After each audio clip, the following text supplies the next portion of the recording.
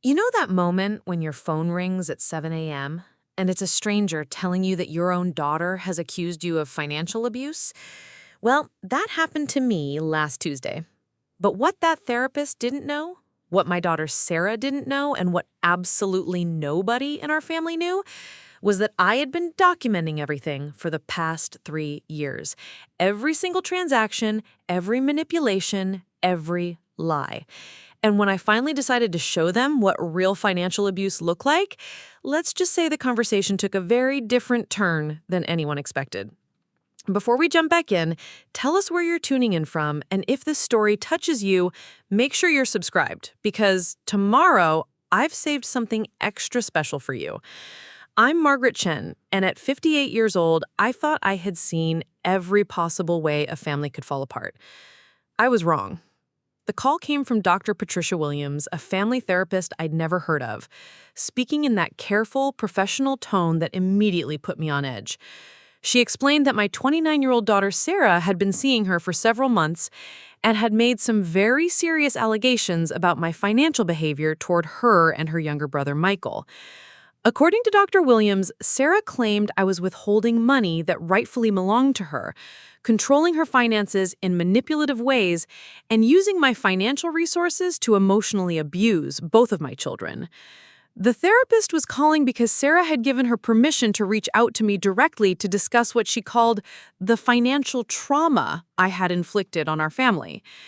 I sat in my kitchen, still in my pajamas, listening to this woman describe me as if I were some kind of monster. She used phrases like financial coercion and economic manipulation with the confidence of someone who believed she had all the facts. When she finished her carefully worded speech about the importance of acknowledging the harm I had caused, I asked her a simple question. Dr. Williams, has Sarah shown you any documentation of these alleged financial abuses? Bank statements, contracts, receipts, anything concrete? There was a pause. Well, she said, financial abuse often involves emotional manipulation that might not show up in traditional documentation. But surely I understood that the impact on Sarah was very real, regardless of what paperwork might or might not exist. That's when I knew exactly what was happening and why it was happening now. You see, what Dr. Williams didn't know was that I had been expecting this call for months. Not because I had done anything wrong, but because I had done something very right. And certain people in my family were not happy about it. 3 years ago, when my ex-husband David and I finalized our divorce after 25 years of marriage, the settlement was substantial. David had been hiding assets throughout our marriage, and when my forensic accountant finally uncovered everything, the judge was not pleased with his deception. I walked away with the house, half of his business interests, and a significant portion of what should have been our shared retirement accounts all along. But here's what made the situation complicated. During our marriage, David had convinced me that we were always struggling financially. He handled all the money, paid all the bills, and constantly told me we couldn't afford things for the kids that other families seemed to manage easily. School trips, summer camps, college savings, even basic things like family vacations or new clothes were always presented as financial hardships we needed to sacrifice to overcome. I believed him. For 25 years, I believed that we were barely scraping by, even though I had a good job as a nurse practitioner and he was supposedly running a successful accounting firm. I felt guilty every time I spent money on anything that wasn't absolutely essential. I drove the same old car for 15 years, I bought clothes at thrift stores, I clipped coupons and worried constantly about whether we could afford Sarah's dance lessons or Michael's basketball camp.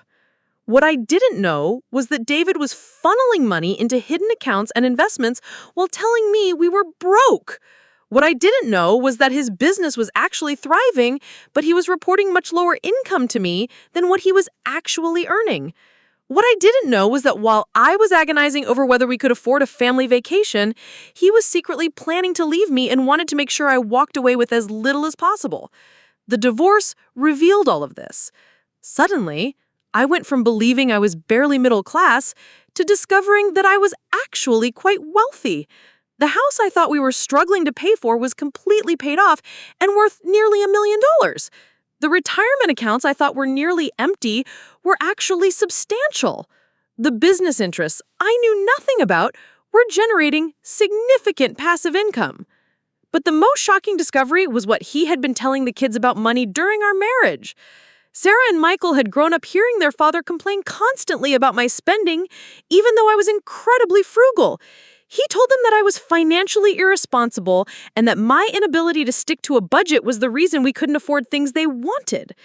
When Sarah wanted to go on a school trip to Europe her senior year, David told her we couldn't afford it because I had spent too much money on unnecessary things that month. When Michael needed expensive equipment for his hockey team, David made sure he knew it was a financial strain caused by my poor money management. For years, my children believed that I was the reason our family couldn't have nice things. After the divorce, when the truth came out about David's financial deception, I expected my kids to be angry with their father for lying to all of us. Instead, something else happened. They became angry with me for suddenly having money. In their minds, the fact that I now had financial resources meant that I had been holding out on them all along. Preparing and narrating this story took us a lot of time. So if you are enjoying it, subscribe to our channel. It means a lot to us. Now, back to the story. Sarah, who was 26 at the time of the divorce, immediately began asking for money for things she said I owed her from her childhood. She wanted me to pay for a better apartment, a new car, the European trip she never got to take, and what she called back payments for all the financial stress she had endured growing up in what she now claimed was an artificially impoverished household. Michael, who was 22 and had just graduated college with student loans, demanded that I pay off his debt immediately. He argued that if I had really had money all along, it was unfair that he had to take out loans in the first place. Both of my children seemed to believe that my sudden financial stability was proof that I had been deliberately withholding money from them for years, rather than being a victim of their father's deception just as much as they were. I tried to explain that I had been lied to just as much as they had been. I showed them the court documents that proved their father had been hiding assets. I explained that I had lived on the same tight budget they remembered, believing we were struggling just as much as they did. But somehow, the explanation never seemed to sink in. Instead, Sarah developed what I can only describe as an entitlement complex. She began treating my post-divorce financial stability as if it were a family resource that she had a right to access whenever she wanted it. She would call me with demands for money, not requests. Demands for everything from rent payments to vacation funds to designer clothes she claims she deserved after growing up financially deprived. When I began setting boundaries and explaining that my money was not automatically hers to spend, she became increasingly angry and manipulative. She would alternate between guilt trips about how much I owed her for her allegedly traumatic childhood and threats to cut me out of her life if I didn't start being more generous. Michael was somewhat better, but he also seemed to believe that I had some obligation to fund his lifestyle, now that I could afford to do so. He moved back in with me after college, ostensibly to save money, but then refused to pay rent or contribute to household expenses because, as he put it, I could clearly afford to support him and it wasn't fair to make him pay when I had so much. The situation reached a breaking point about 6 months ago when Sarah announced that she was engaged to her boyfriend, Marcus, whom I had met exactly twice and who had never held a steady job for more than 6 months. She informed me that she expected me to pay for the wedding, and not just contribute to it, but pay for the entire thing, because she claimed I owed her a proper celebration after depriving her of financial security during her childhood.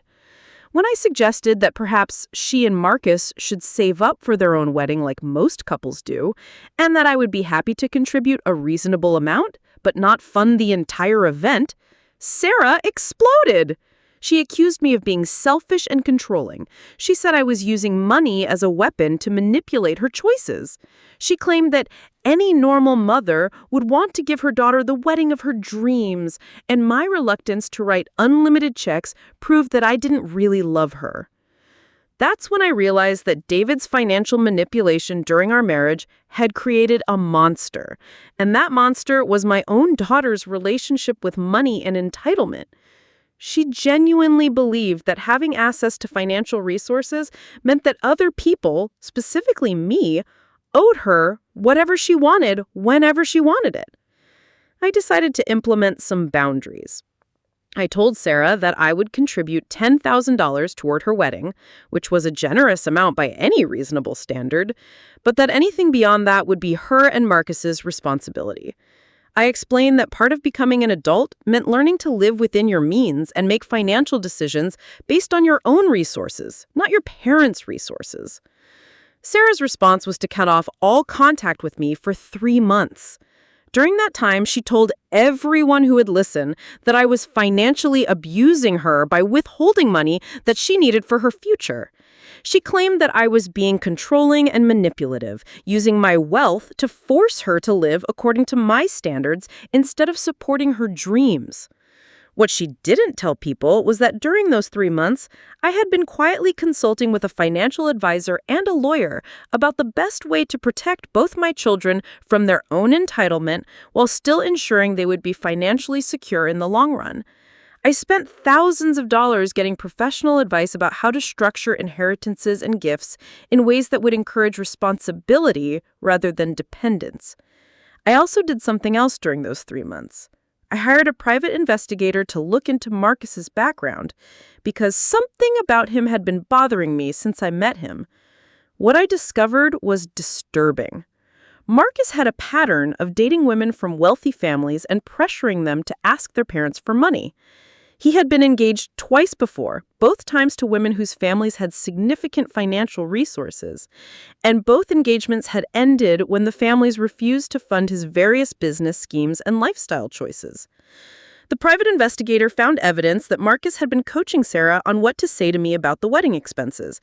He had researched my divorce settlement through public records and had calculated almost exactly how much money I had access to. He had been the one encouraging Sarah to demand not just wedding funding, but what he called rightful compensation for her childhood financial trauma. But the most disturbing discovery was that Marcus had been pressuring Sarah to ask me for a loan to start a business with him, a business that existed only in his imagination and that he planned to use as a way to access my money on an ongoing basis. The private investigator found text messages between Marcus and his friends where he bragged about hitting the jackpot with Sarah's newly wealthy mother and outlined his plans to manipulate the situation for maximum financial gain.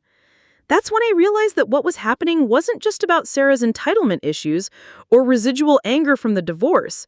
She was being manipulated by someone who saw our family's money as his ticket to an easy life, and he was using her legitimate hurt feelings about our family's financial situation to justify increasingly outrageous demands. I decided it was time to have a very serious conversation with my daughter. But every time I tried to reach out to her, she refused to speak to me unless I was calling to apologize and agreed to fund her wedding at the level she demanded. She had enlisted Michael as a between, and he was constantly pressuring me to just give in to keep the peace. The situation became even more complicated when Sarah announced that she had started therapy to deal with the trauma of growing up in a financially unstable household and to work through her feelings about my alleged financial abuse. At first, I was hopeful that a professional might help her gain some perspective on the reality of our family situation. But then, Michael let slip that Sarah wasn't exactly being honest with her therapist about the details of our financial situation. She had told Dr. Williams that I was a wealthy woman who had always had money but chose to keep my children in poverty as a form of control. She claimed that I was now using my wealth to manipulate her life choices and that I was withholding financial support as punishment for her independence. What Sarah apparently hadn't mentioned to her therapist was that my wealth was newly acquired through divorce, that I had been financially deceived for decades just as much as she had been, and that her fiancé was a documented con artist with a history of targeting wealthy families. She also hadn't mentioned that I had already offered to contribute a substantial amount to her wedding, just not the unlimited funding she was demanding. When Dr. Williams called me that Tuesday morning, I realized that Sarah had manipulated the therapeutic process just as much as Marcus was manipulating her. She had presented herself as the victim of financial abuse while carefully omitting any details that might make her demands seem unreasonable or her fiancé seem suspicious. After that call from Dr. Williams, I sat in my kitchen for a long time, thinking about what kind of mother I had become and what kind of daughter I had raised. I had spent 3 years trying to be understanding about Sarah's anger and confusion regarding our family's financial situation. I had tolerated her increasingly demanding and entitled behavior because I felt guilty about the years of financial deception we had all endured. But listening to that therapist describe me as financially abusive for refusing to fund my daughter's every demand made me realize that my tolerance and understanding were being perceived as admission of guilt. My attempts to set reasonable boundaries were being reframed as manipulation. My refusal to be a blank check was being characterized as emotional abuse. That's when I decided it was time to stop protecting everyone from the truth about what real financial abuse looked like. It was time to show Sarah, Michael, Marcus, Dr. Williams, and anyone else who was interested in our family's financial dynamics exactly what had been happening and who had been doing what to whom. I spent the rest of that week preparing for a conversation that was 3 years overdue. I gathered every piece of documentation from my marriage and divorce. I compiled all the evidence about Marcus's background and his pattern of targeting wealthy families. I organized 3 years' worth of financial records showing every penny I had given to both of my children since the divorce, which was far more than they remembered or acknowledged. But most importantly, I prepared to show them what financial abuse actually looked like by revealing the full extent of what their father had done to all of us for 25 years. Because while Sarah was accusing me of financial abuse for setting boundaries around my money, she had apparently forgotten what it looked like when someone actually used money as a weapon to control and manipulate their family. It was time for a family meeting that would finally put everything on the table, and I suspected that once everyone saw the real numbers and the real timeline and the real evidence of who had been doing what to whom, the conversation about financial abuse was going to take a very different direction than anyone expected. The truth has a way of cutting through manipulation and entitlement and therapeutic reframing, and after 3 years of being patient and understanding and accommodating, I was finally ready to let the truth speak for itself. Because here's what I had learned in those 3 years. Sometimes the most loving thing you can do for your children is to stop enabling their worst impulses. Sometimes protecting them from consequences doesn't help them grow. It just helps them stay stuck in patterns that will ultimately destroy their relationships and their character. And sometimes when someone accuses you of abuse, the best response is not to defend yourself, but to show them what abuse actually looks like so they can understand the difference. Sarah thought she knew what financial abuse looked like. She was about to learn that she had no idea. I called Sarah that Friday afternoon and told her we needed to have a family meeting, all of us, including Marcus, because it was time to address the allegations she had been making about my financial behavior. I could hear the satisfaction in her voice when she agreed. She probably thought I was finally ready to capitulate and give her everything she had been demanding. "I'm glad you're finally ready to take responsibility for what you've put me through," she said. Dr. Williams helped me understand that I have a right to confront my abuser and demand accountability. The word abuser stung, but I had expected it. Sarah had been using therapy terminology to justify her behavior for months now. We arranged to meet at my house on Sunday afternoon. I chose my home because I wanted everyone to see the environment where this alleged financial abuse had supposedly taken place. I also wanted access to my files, my computer, and my printer because I planned to provide documentation for every single claim I was about to make. Saturday night, I barely slept. I kept rehearsing what I was going to say and wondering if I was making the right choice by confronting this situation so directly. Part of me wondered if I should just give Sarah the money she wanted and try to preserve our relationship. But every time I considered backing down, I thought about that phone call from Dr. Williams and the way Sarah had manipulated the therapeutic process to paint me as an abuser. Sunday arrived gray and drizzly, which somehow felt appropriate for the conversation we were about to have. Sarah and Marcus arrived together, and I was struck by how different they looked from when I had first met him 2 years ago. Sarah seemed smaller somehow, more fragile, as if the constant anger and entitlement had worn her down. Marcus, on the other hand, looked confident and almost smug. He clearly believed this meeting was going to go in his favor. Michael arrived a few minutes later, looking uncomfortable and clearly wishing he could be anywhere else. He had been caught in the middle of this conflict for months, and I could see the stress it was causing him. But I had insisted he be present because the financial dynamics of our family affected all of us, and it was time for complete transparency. We gathered in my living room, the same room where Sarah had spent countless hours as a child doing homework and watching movies with the family. The irony wasn't lost on me that this was where she now planned to confront me about the financial abuse she claimed had traumatized her childhood. "Before we begin," I said, "I want everyone to understand that this conversation is going to involve some very specific financial information and some very difficult truths about our family. I'm not going to sugarcoat anything, and I'm not going to protect anyone's feelings. If we're going to talk about financial abuse, then we're going to examine all of it." Sarah shifted forward in her chair, clearly ready for battle. "Good," she said. "I've been waiting 3 years for you to acknowledge what you've done to me. And Michael." Dr. Williams says that abusers often try to turn things around on their victims, so I'm prepared for whatever manipulation tactics you're planning to use. Marcus reached over and squeezed her hand supportively. "We're here to listen," he said, in a tone that suggested he was being magnanimous. "But Sarah deserves honesty about how your financial control has affected her life." That's when I realized that Marcus had probably coached her on what to say and how to respond to various scenarios. His confidence suggested he thought he knew exactly how this conversation was going to unfold. "All right," I said, opening the first folder I had prepared. "Let's start with some basic facts about financial abuse, since that's the accusation on the table." I pulled out several printed articles from psychology and legal websites. According to the National Domestic Violence Hotline, financial abuse involves controlling a person's ability to acquire, use, or maintain financial resources. It includes things like stealing money, withholding basic necessities, preventing someone from working, or hiding assets. I looked directly at Sarah. "Now, I want you to think carefully about our relationship and tell me specifically which of these behaviors I have engaged in regarding your finances." Sarah's jaw tightened. "You've withheld money that you could afford to give me. You've used your wealth to control my choices about my wedding and my relationship.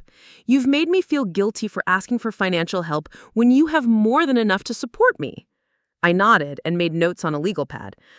"Okay, so your definition of financial abuse is that I haven't given you as much money as you think I should give you, and that I've expressed opinions about how you spend money. Is that accurate?" "Don't minimize what I'm saying," Sarah snapped. "You've used money as a weapon to try to control my life." "I see." I pulled out another folder, this one much thicker. "Before we continue with your accusations, I think it would be helpful for everyone to understand what actual financial abuse looks like. So I'm going to share some information about the financial abuse that took place in this family for 25 years. I opened the folder and spread out dozens of documents across the coffee table: bank statements, court records, forensic accounting reports, and copies of hidden investment accounts that had been discovered during my divorce. These documents show that your father systematically lied to me about our family's financial situation for our entire marriage. While he was telling me we couldn't afford family vacations, he was putting thousands of dollars into secret accounts. While he was making me feel guilty for buying groceries, he was investing in real estate that I knew nothing about. While he was telling you kids that I was financially irresponsible, he was the one controlling every penny that came into this household." I picked up a bank statement from 2018, the year before our divorce. "This shows that during the month when your father told you we couldn't afford your senior class trip because I had overspent on household expenses, he actually transferred $8,000 into an account that was hidden from me. The reason we couldn't afford your trip wasn't because I was irresponsible with money. It was because he was stealing from the family budget to fund his secret financial planning." Michael leaned forward to look at the documents, his face pale. Mom, I had no idea it was this extensive. It gets worse, I continued, pulling out more evidence. This report from the forensic accountant shows that over the course of our marriage, your father diverted more than $200,000 into accounts and investments that I knew nothing about. Money that should have been used for family expenses, for your college funds, for the things you kids needed.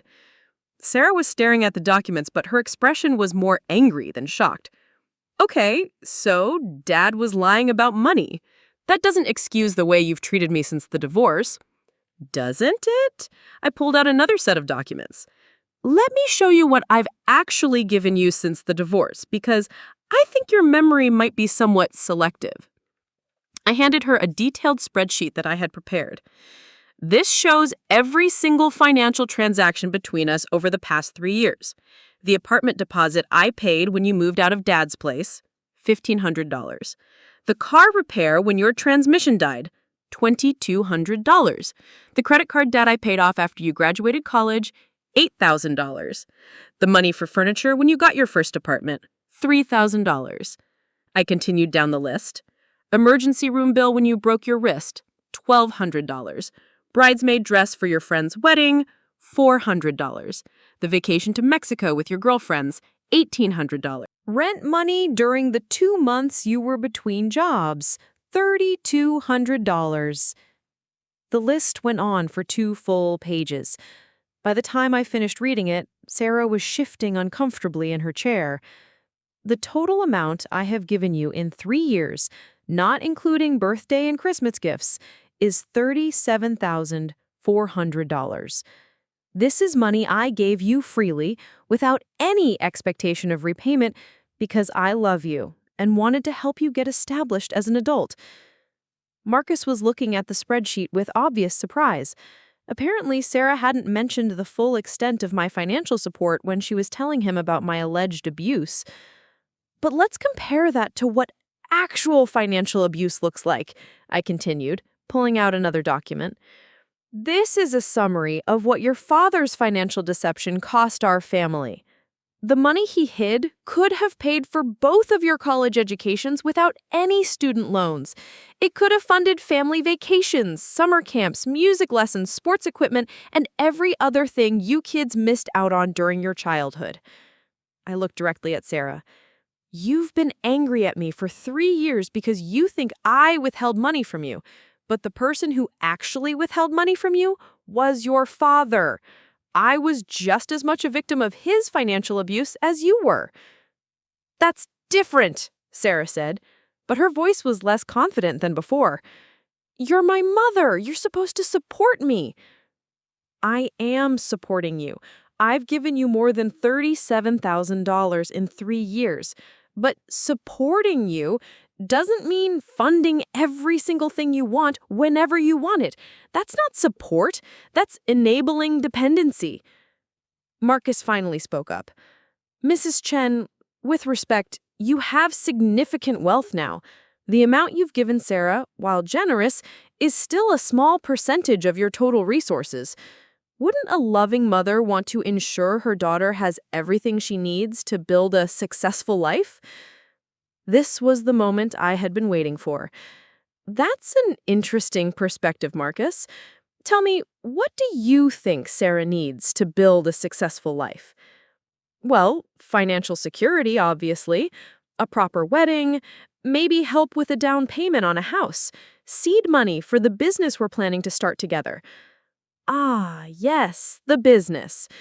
I pulled out yet another folder. Tell me about this business, Marcus. What type of business is it? He launched into a vague description of some kind of consulting venture that would help small businesses optimize their online presence. It was the kind of generic business plan that sounded impressive but had no real substance behind it. And how much seed money do you think this business would require? I asked. Well, we'd need at least $50,000 to get started properly, maybe $75,000 to really do it right. I nodded thoughtfully. That's a significant investment. Have you prepared a business plan, market research, financial projections? Marcus looked uncomfortable. We're still in the early stages of planning. I see. I opened the folder I had been saving for this moment. Well, Marcus, since you're asking me to invest in your business venture, I thought it would be appropriate to do some research on your background as an entrepreneur. I pulled out the private investigator's report. This is very interesting reading. It shows that you've been engaged twice before, both times to women from wealthy families. In both cases, you proposed business ventures that required substantial financial investment from the families, and in both cases, the engagements ended when the families declined to fund your business ideas. The color drained from Marcus's face. Sarah looked confused. It also shows that you've never actually started or run a successful business, despite claiming to be an entrepreneur.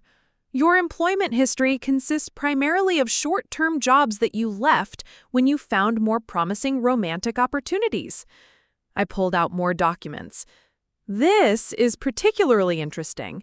These are text messages between you and your friend Kevin discussing your relationship with Sarah. In one message, you describe her as your ticket to the good life and outline your strategy for gaining access to her family's money. Sarah snatched the documents from my hands and began reading. I watched her face change as she realized what she was looking at. According to these messages, you researched my divorce settlement through public records before you even proposed to Sarah. You calculated how much money I likely received and developed what you call a long-term extraction strategy to access those funds through your relationship with my daughter. Marcus stood up abruptly. This is ridiculous. Where did you even get these? You can't just spy on people.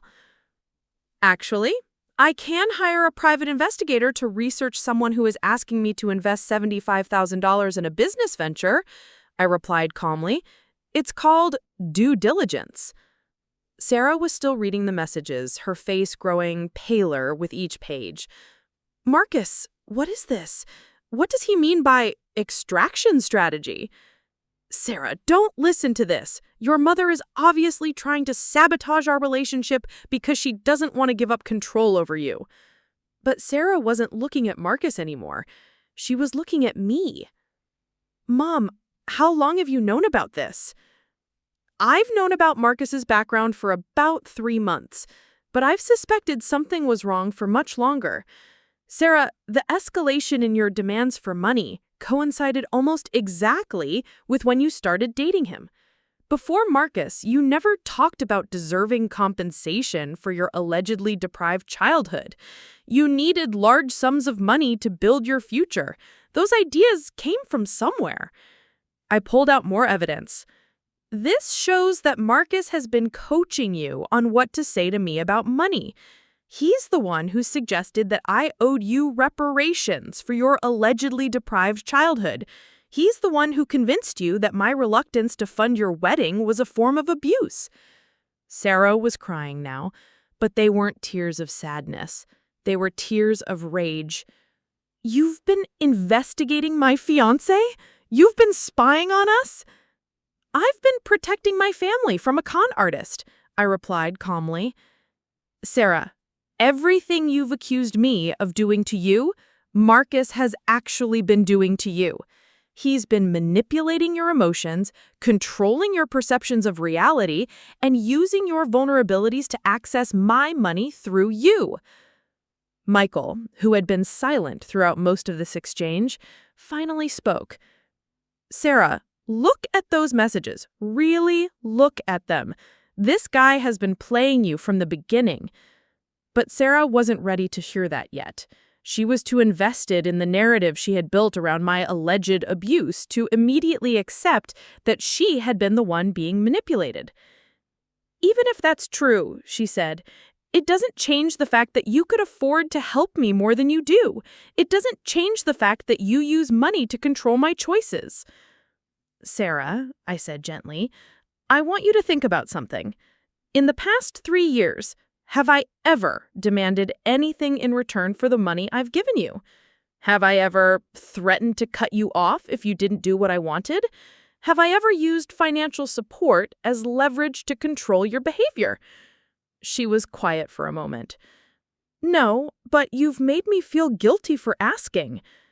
Making you feel guilty for asking and engaging in financial abuse are two very different things.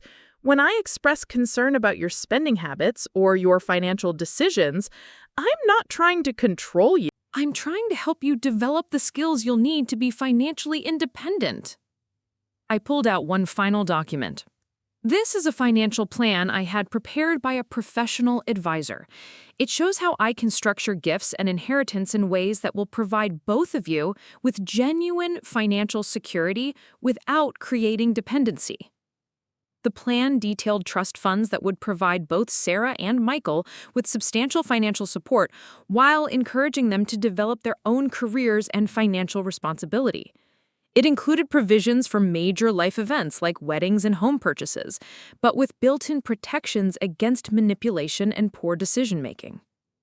According to this plan, Sarah, you would receive significantly more financial support over your lifetime than the amounts you've been demanding. But it would come in a structured way that protects you from people who might try to take advantage of your wealth. I looked at Marcus, who was clearly realizing that his get-rich-quick scheme was falling apart. The kind of people who research your family's financial situation before proposing marriage. Sarah was still processing everything, flipping through the various documents and trying to reconcile what she was seeing with the narrative she had built in her mind. I don't understand, she said finally. If you were planning to give me this much money anyway, why didn't you just pay for the wedding when I asked? Because the way you asked wasn't a request for help. It was a demand based on a sense of entitlement. Because you weren't asking me to contribute to your wedding, you were ordering me to fund Marcus's vision of what your wedding should be. And because I suspected that the wedding was just the first step in a much larger plan to access my money. I gestured to the private investigator's report. According to these documents, Marcus's plan was to start with wedding funding, then move on to requesting money for a house, then the business venture, then ongoing financial support disguised as family loans. The wedding wasn't about celebrating your marriage. It was about establishing a precedent that I would fund whatever lifestyle Marcus thought you deserved. Marcus had been growing increasingly agitated throughout this conversation, and now he exploded. This is insane. You're trying to destroy my relationship with Sarah because you can't stand to see her happy. You're a controlling, manipulative woman who uses money to isolate your daughter from anyone who might threaten your power over her. The accusation hung in the air for a moment, and I realized this was exactly what he had been coaching Sarah to say about me. This was the narrative he had been building to justify his manipulation. Marcus, I said calmly, you're describing exactly what you've been doing to Sarah. You've been isolating her from her family by convincing her that we're abusing her. You've been controlling her perceptions of reality by feeding her false information about what she deserves and what constitutes normal family financial dynamics. And you've been manipulating her emotions to gain access to money that isn't even hers. I turned to Sarah. Honey, I need you to really think about this. Before you met Marcus, did you feel financially abused by me? Did you spend time calculating how much money I owed you for your childhood? Did you believe that my love for you should be measured by how much money I was willing to give you? Sarah was quiet for a long time. Finally, she whispered, No. Those ideas came from someone else. Someone who had a vested interest in making you believe that your family was mistreating you so that you would turn to him for validation and support. Someone who needed you to feel entitled to my money so that he could access it through you. The room fell silent except for the sound of Sarah's quiet crying. Michael moved over to sit next to her on the couch and put his arm around her shoulders. Sarah, I continued, this is what real financial abuse looks like. It's not a parent setting boundaries or expressing concerns about spending. It's someone systematically manipulating your relationship with money and with your family to serve their own agenda. It's someone researching your family's financial situation before even proposing marriage. It's someone who sees you not as a person to love, but as a resource to exploit. Marcus made one last attempt to salvage the situation. Sarah, don't let her turn you against me. This is exactly what controlling parents do. They try to isolate you from anyone who supports your independence. But Sarah was still looking at the text messages again, reading Marcus's descriptions of her as a financial opportunity and his strategies for maximizing what he could extract from our family. "Get out," she said quietly. "Sarah, please let me explain. Get out," she screamed. "Get out of my mother's house and don't ever contact me again." Marcus looked around the room, probably calculating whether there was any way to salvage his position. When he realized there wasn't, his demeanor changed completely. The charming, supportive fiancé disappeared, replaced by someone cold and calculating. "Fine," he said. "You'll regret this, Sarah. You're choosing your controlling family over someone who actually understood your worth. Don't come crying to me when you realize what you've given up." With that, he grabbed his jacket and left, slamming the door behind him. The three of us sat in silence for several minutes. Sarah was still crying, but now they seemed to be tears of grief rather than anger. She was mourning not just the relationship she had lost, but the person she had thought Marcus was. "Mom," she said finally, "I'm so sorry. I can't believe I accused you of financial abuse when I was the one being manipulated. I can't believe I let him convince me that you were the problem." I moved over to sit on her other side. "Sarah, you weren't stupid or weak. You were targeted by someone who is very skilled at manipulation. He studied our family dynamics and figured out exactly what buttons to push to make you doubt your relationships with us. But I said horrible things to you. I told a therapist that you were abusing me. I tried to turn everyone against you. And now we know why. Marcus needed you to believe that I was the villain so that he could position himself as your savior. It's a classic manipulation tactic." Michael spoke up. "Mom, what happens now? I mean, with Sarah's therapy and everything." I had been thinking about that. "Sarah, I think you should continue working with Dr. Williams, but I think you need to be honest with her about what actually happened. She needs to understand that the information you gave her was incomplete and that you were being coached by someone with ulterior motives." Sarah noted. "I feel so stupid. How am I going to explain this to her?" "You're going to tell her the truth, that you were in a relationship with someone who was financially abusing you, and that he convinced you to misidentify the source of that abuse. It happens more often than you might think." I gathered up all the documents spread across the coffee table. "And then we're going to work together to rebuild our relationship based on honesty and mutual respect. No more entitlement, no more manipulation, and no more using guilt or emotional blackmail to get what we want." I looked at both of my children. I love you both, and I want to support you both. But that support has to be based on genuine care for your well-being, not on fear or guilt or manipulation. And it has to include boundaries that protect all of us from people who might try to take advantage of our family. Sarah leaned against my shoulder. "I don't know how to fix this, Mom. I don't know how to make up for the things I said and did." "You don't have to make up for anything," I told her. "You just have to commit to being honest going forward about your feelings, about your needs, and about the influences in your life that might be affecting your judgment." It was going to take time to rebuild the trust that had been damaged over the past 3 years.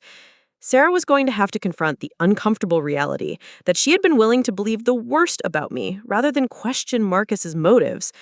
I was going to have to work on forgiving her for the pain she had caused while still maintaining the boundaries that protected our family from future manipulation. But for the first time in 3 years, I felt like we were finally dealing with the real problems instead of the manufactured ones. The conversation about financial abuse was over, but the conversation about healing our family was just beginning. 6 months after that devastating family meeting, I was sitting in Dr. Williams' office for what she had called a family system evaluation. Sarah had insisted that I participate in several therapy sessions to help repair our relationship and address what she now understood had been a complex web of manipulation and misunderstanding. Dr. Williams looked considerably different from the confident professional who had called me 6 months earlier to discuss my alleged financial abuse. She seemed more cautious now, more aware of the complexity of family dynamics and the dangers of accepting one person's narrative without verification. "Mrs. Chen," she began, "I want to start by acknowledging that I made some significant errors in my initial assessment of your family's situation. I should have insisted on speaking with all parties involved before drawing conclusions about the dynamics you were dealing with." I appreciated her honesty, but I was more interested in moving forward than dwelling on past mistakes. "Dr. Williams, what matters now is helping Sarah process what happened to her and making sure our family has the tools to prevent something like this from happening again." Sarah, who was sitting next to me on the therapy couch, looked healthier than she had in years.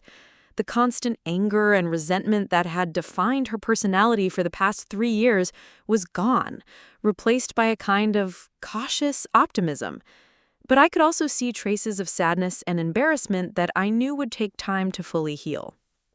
"Sarah has been doing excellent work in therapy," Dr. Williams continued. "She's gained significant insight into how manipulation tactics work and how someone was able to exploit her legitimate feelings about your family's financial history to serve their own agenda." "It's still hard to believe how completely I was fooled," Sarah said quietly. "Looking back, I can see all the red flags I ignored. The way Marcus always steered conversations toward money, how he isolated me from you and Michael, the way he made me feel like I was being disloyal to him if I questioned his advice about dealing with our family." Over the past 6 months, Sarah had been working with Dr. Williams to understand the psychological tactics Marcus had used to manipulate her. She learned about love bombing, gaslighting, financial grooming, and the way skilled manipulators identify and exploit their targets' vulnerabilities. "One of the things that's been most helpful," Sarah explained, "is understanding that I wasn't stupid or weak for falling for his manipulation. Dr. Williams helped me see that Marcus specifically targeted me because of my intelligence and success. He needed someone who could provide credibility to his schemes and who had access to significant resources." Dr. Williams nodded. "Manipulators often target highly capable people because they're more useful to them. Sarah's professional success and family connections made her an ideal target for someone like Marcus." I had learned a lot about manipulation tactics myself over the past 6 months. After the confrontation with Marcus, I had done extensive research into financial predators and the methods they use to target families with wealth. What I discovered was both enlightening and disturbing. "Dr. Williams," I said, "one of the things I've learned is that Marcus's approach was actually quite sophisticated. He didn't just randomly try to get money from us. He studied our family dynamics, identified our vulnerabilities, and developed a long-term strategy to exploit them." She agreed. "The private investigator's report showed that Marcus had researched your family extensively before even meeting Sarah. He knew about your divorce, your financial settlement, and the tensions that existed between you and your children regarding money. What's really frightening," Sarah added, "is how he used therapy language to justify his manipulation. He convinced me that setting boundaries around money was a form of abuse, and that demanding unlimited financial support was actually a healthy expression of my needs." This had been one of the most insidious aspects of Marcus's manipulation. By framing his demands in the language of therapy and personal growth, he had made it difficult for Sarah to question his motives without feeling like she was being psychologically unhealthy. "It's a common tactic," Dr. Williams explained. "Manipulators often co-opt therapeutic concepts to make their demands seem reasonable and to make resistance seem pathological." The healing process had not been simple or quick. Sarah had to confront not only the reality of Marcus's manipulation, but also her own behavior over the past 3 years. She had to acknowledge that, regardless of Marcus's influence, she had made choices that hurt her family and damaged important relationships. "The hardest part," Sarah told me during one of our private conversations, "was realizing that even though I was being manipulated, I was still responsible for my actions. I still chose to believe the worst about you rather than giving you the benefit of the doubt. I still chose to publicly humiliate you and make demands instead of having honest conversations about my feelings." This had been crucial to our healing process. While understanding Marcus's manipulation helped explain Sarah's behavior, it didn't excuse it entirely. She had to take responsibility for her choices while also processing the trauma of being manipulated by someone she loved and trusted. Michael had been deeply affected by the whole situation as well, though in different ways. He had spent 3 years watching his mother and sister tear each other apart over money and had felt helpless to fix the situation. When the truth came out about Marcus, he experienced his own complex mix of relief, anger, and guilt.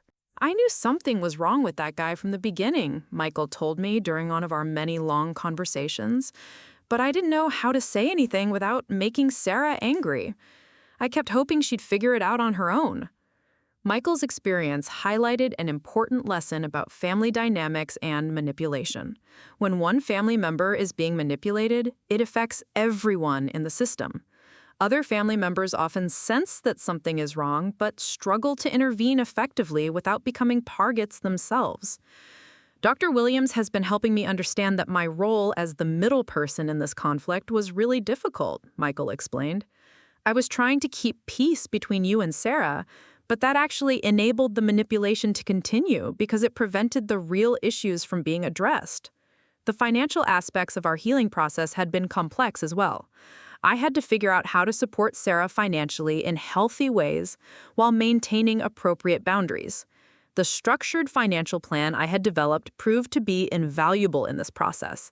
Instead of giving Sarah large sums of money when she asked for them, we implemented a system where she received regular, predictable support that was designed to encourage her independence while providing security.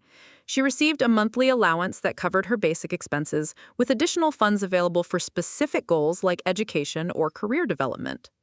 The structured approach has been really helpful, Sarah acknowledged. It removes the emotional drama from financial decisions and helps me plan for my future instead of just reacting to immediate wants. We also established clear criteria for larger financial gifts. If Sarah wanted help with something like a car purchase or apartment deposit, she had to prepare a detailed plan showing how the expense fit into her overall financial goals and how she would manage the ongoing costs. It feels much healthier than the old system, Sarah said. Instead of making emotional demands and then feeling guilty about asking, I can approach you with specific requests that we can evaluate together. The business plan that Marcus had proposed turned out to be completely fictional, as I had suspected. After he left our family, Sarah and I spent time researching the consulting industry he claimed to know so much about. What we discovered was that he had no real knowledge of online business strategies and no connections in the industry he claimed to understand. It's embarrassing how obvious it seems now, Sarah reflected. He couldn't answer basic questions about the business model or provide any concrete details about how we would actually make money. But he was so confident and used so much technical jargon that I assumed I just didn't understand business well enough to evaluate his ideas. This experience taught Sarah valuable lessons about financial decision-making and due diligence. She enrolled in a financial literacy course and began working with a fee-only financial advisor to develop her own investment and career strategies. I realized that one of the reasons I was vulnerable to Marcus's manipulation was that I didn't really understand money or business myself. I was intimidated by financial concepts, so when someone seemed knowledgeable, I deferred to their judgment instead of asking questions. The revelation about Marcus had also led to some unexpected consequences in our extended social circle. Several of Sarah's friends came forward after the engagement ended to share their own concerns about Marcus that they had been afraid to voice. Apparently, many people had noticed red flags but hadn't known how to bring them up without risking their friendship with Sarah. It was a good lesson about the importance of honest communication, Sarah said. My friends were trying to protect my feelings by not sharing their concerns, but that actually left me more vulnerable to manipulation. One particularly telling conversation came from Sarah's college roommate, Jessica, who had known her for over a decade. Jessica revealed that she had been shocked by the changes in Sarah's personality after she started dating Marcus.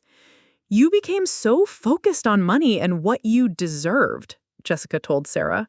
Before Marcus, you never talked about your family owing you anything financially. You were proud of your independence and your ability to support yourself. But after you started dating him, every conversation seemed to revolve around what your mother should be doing for you financially. This outside perspective helped Sarah understand how dramatically Marcus had changed her worldview and priorities. She'd been so immersed in his narrative about financial entitlement that she hadn't realized how much her personality and values had shifted.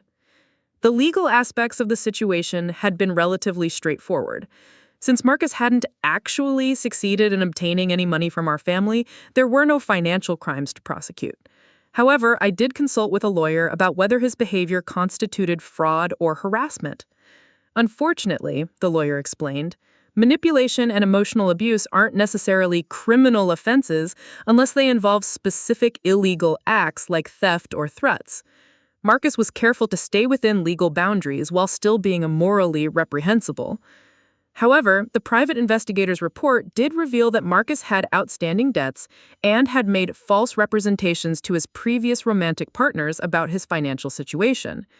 I shared this information with the families of his previous fiancés, and at least one of them decided to pursue legal action for fraud. It felt good to know that there might be some consequences for his behavior, Sarah said. Even if he couldn't be prosecuted for what he did to me, at least other people might get some justice. The therapy process had also revealed some important insights about my own behavior during the conflict. While I hadn't been financially abusive, I had made some mistakes in how I handled Sarah's demands and accusations.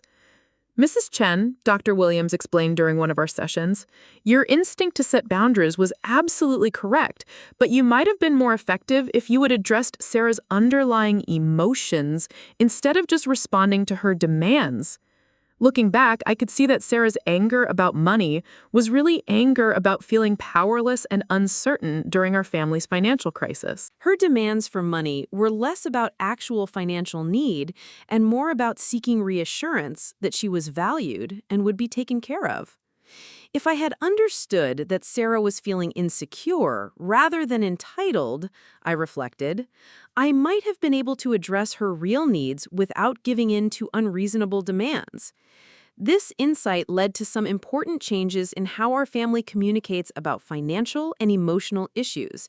Instead of treating money conversations as purely practical discussions, we now make sure to address the underlying feelings and concerns that drive financial requests. When I ask for help with something now, Sarah explained, we talk about why I'm asking, what I'm worried about, and how the financial support fits into my overall goals. It's not just about the money anymore. The structured approach to family finances had also benefited Michael, even though he hadn't been as directly involved in the conflict with Marcus. He appreciated having clear expectations about what kinds of financial support were available and under what circumstances. It takes the guesswork out of family financial relationships, Michael said. I know what I can count on, and I know what I need to plan for on my own. It actually makes me feel more secure, not less. 6 months after our confrontation with Marcus, Sarah was thriving in ways that went far beyond just resolving our family conflict. She had been promoted at her job, partly because she was no longer distracted by constant drama and manipulation. She had developed healthier friendships based on mutual support rather than validation seeking. And she had begun dating again, but with much better awareness of red flags and unhealthy relationship dynamics. I feel like I'm finally becoming the person I was meant to be, Sarah told me during one of our weekly coffee dates. For 3 years, I was so focused on what I thought I deserved that I wasn't paying attention to what I actually wanted or what would make me happy. The financial literacy education Sarah had pursued was paying dividends as well. She had started investing her own money and was working toward purchasing her first home. Instead of viewing real estate as something her family should provide for her, she saw it as an achievement she could work toward independently.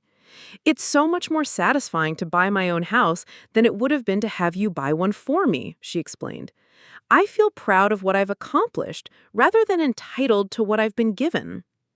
Our family's approach to wealth and inheritance had evolved significantly as well. Instead of treating money as a source of power or control, we now viewed it as a tool for supporting each other's growth and independence. The financial plan I had developed with professional advisors included provisions for education, career development, and emergency support. But it was structured to encourage responsibility rather than dependence. Both Sarah and Michael would receive substantial inheritances, but in ways that supported their personal growth rather than replacing their need to develop their own financial skills. I think this approach is much healthier than either extreme, I reflected during one of our family meetings.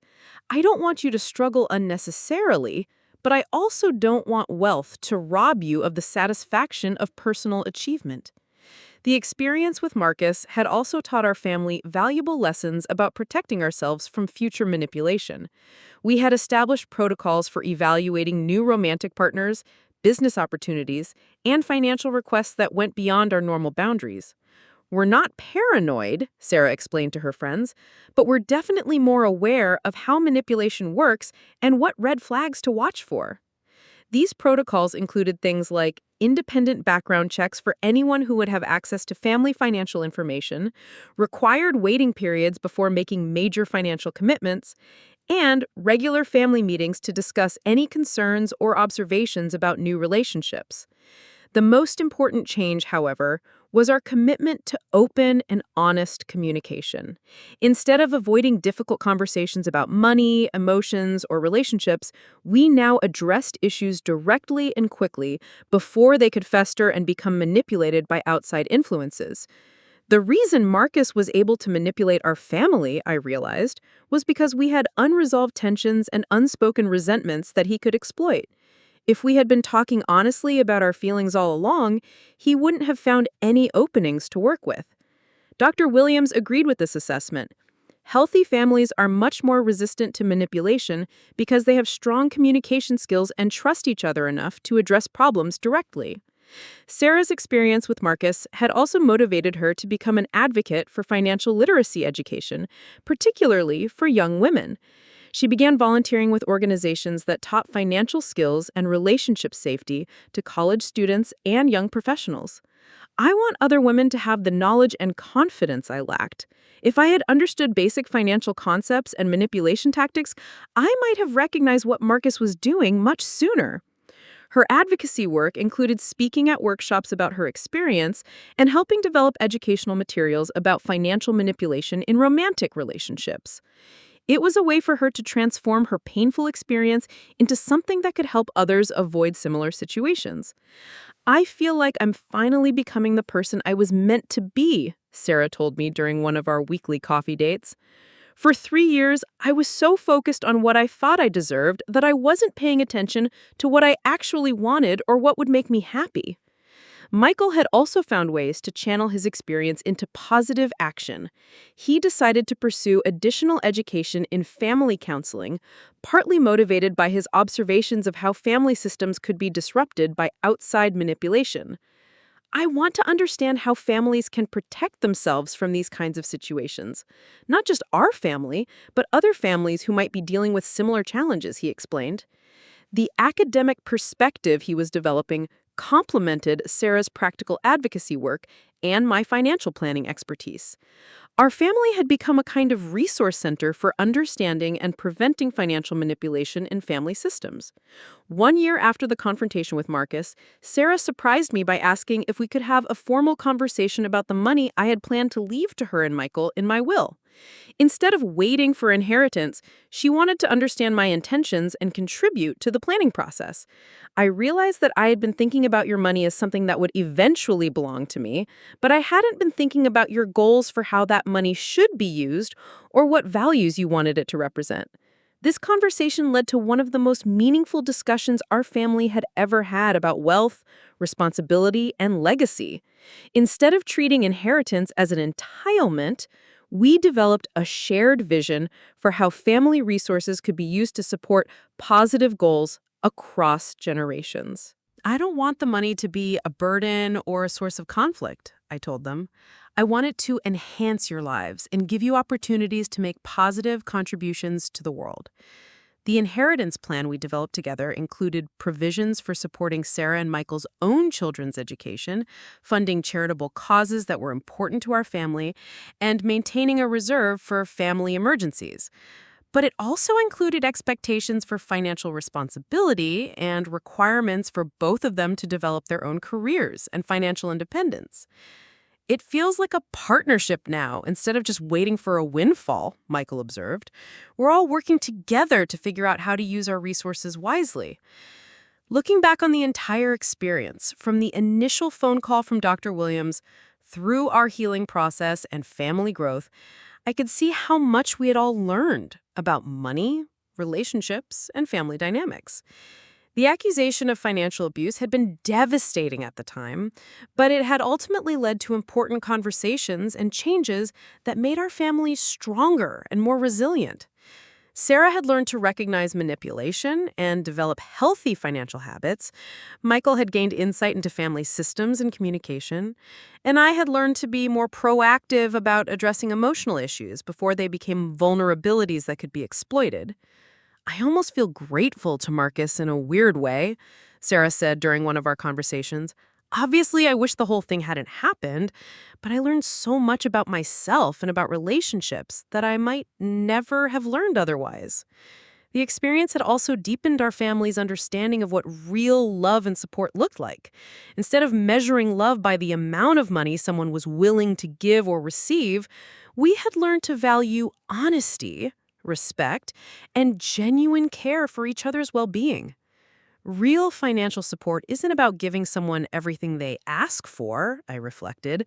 It's about helping them develop the skills and confidence they need to build their own successful lives.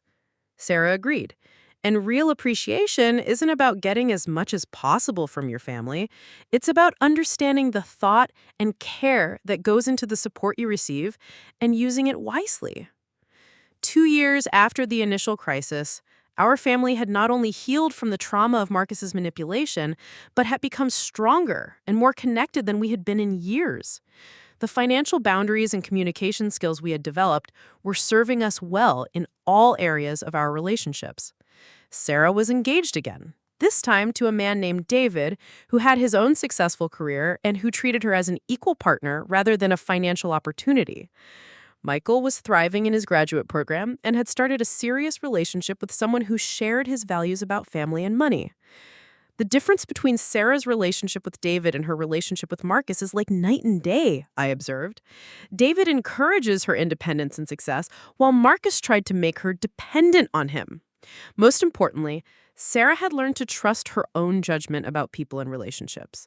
The confidence she had lost during her manipulation by Marcus had been rebuilt through therapy, education, and positive experiences. I feel like I have good instincts about people now, she said. I know what healthy relationships feel like, and I know what red flags to watch for.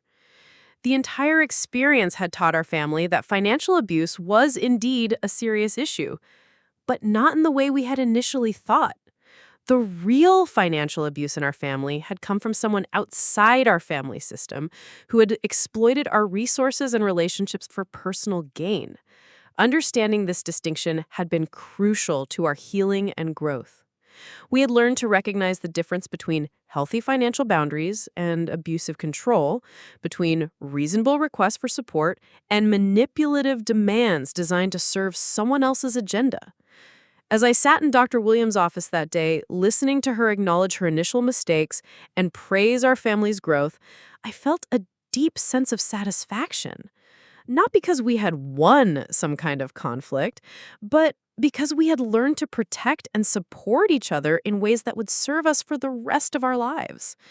The phone call that had started this whole journey had been devastating at the time, but it had ultimately led to some of the most important learning and growth our family had ever experienced.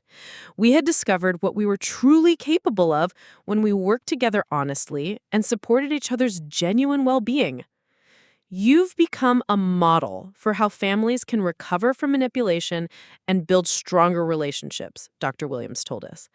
Your experience shows that it's possible to heal from these kinds of situations and emerge even stronger than before. Sarah reached over and squeezed my hand. I love you, Mom, and I'm proud of the family we've become. I squeezed back, feeling grateful for the journey that had brought us to this place of understanding and connection. The accusation of financial abuse had been the beginning of a very difficult chapter in our lives, but it had also been the beginning of our transformation into a healthier, stronger, and more resilient family. The real lesson of our experience wasn't about money at all. It was about the importance of honest communication, mutual respect, and the courage to confront difficult truth even when they challenged our preconceptions about the people we loved. Sometimes the most painful accusations force us to examine ourselves and our relationships in ways that ultimately make us better. In our case, the false accusation of financial abuse had led us to discover what real financial health looked like in a family system, and that discovery had changed everything for the better. Up next, you've got 2 more standout stories right on your screen. If this one hit the mark, you won't want to pass these up. Just click and check them out.